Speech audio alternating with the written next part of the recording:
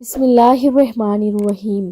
زینب T V کی طرف سے میں آپ لوگوں کے ساتھ رسول اللہ صلی اللہ علیہ وآلہ وسلم کا بہت ہی پیارا فرمان شیئر کرنے جا رہی ہوں کہ رسول اللہ صلی اللہ علیہ وآلہ وسلم نے ارشاد فرمایا کہ ہم بستری کرنا صدقہ ہے۔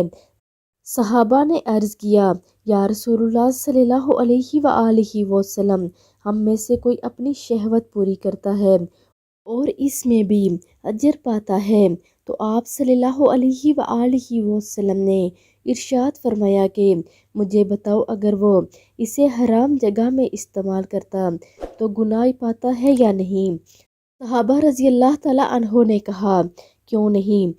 تو آپ صلی اللہ علیہ وآلہ وسلم نے ارشاد فرمایا اسی طرح جب وہ حلال میں استعمال کرتا ہے تو اجر پاتا ہے۔ آپ سب بھی ویڈیو کو آگے لازمی شیئر کریں۔ جزاک اللہ ہے۔